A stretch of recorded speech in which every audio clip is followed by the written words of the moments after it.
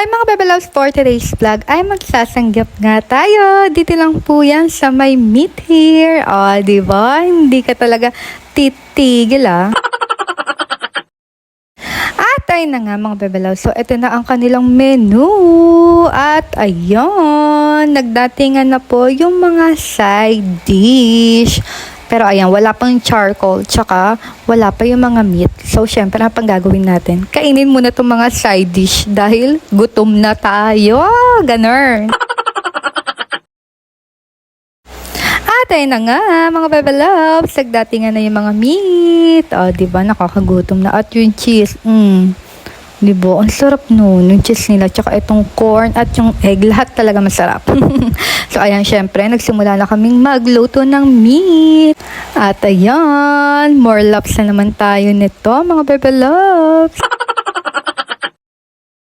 At ayan, syempre, laging beef ang in-order namin, mga Bebe Loves. At yung pork, ayun yung makapal na meat ng pork. Ayun, masarap kasi yung mga Bebe Loves.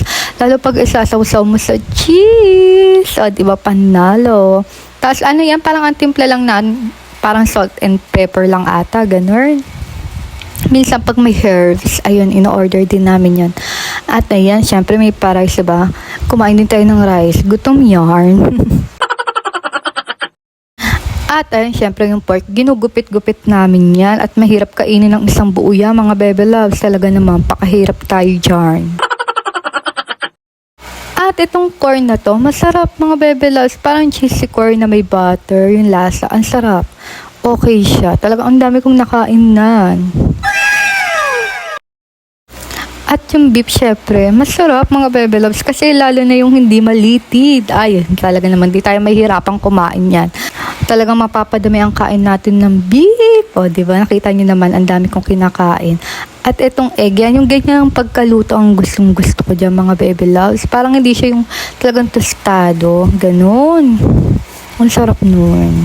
At syempre, umorder ulit kami ng meat. Hindi ko na alam kung pang ilan namin yarn.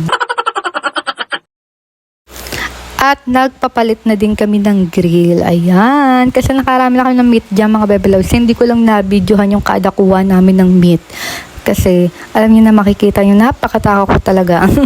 Hindi, gutom lang talaga ako. Dire-diretso ang kain. At syempre, mga Bebe Loves, pagkatas na magsangyup, nag-take out din tayo ng donut. At bumili ako ng puto bongbong dahil meron na ngayon, mga Bebe Loves. May mga tinda na. Yan, sarap kayo, mga Bebe Loves. Month-bar na kasi kaya meron na. So, panalo talaga ang puto bongbong. And that's all. Thank you all for watching. Bye!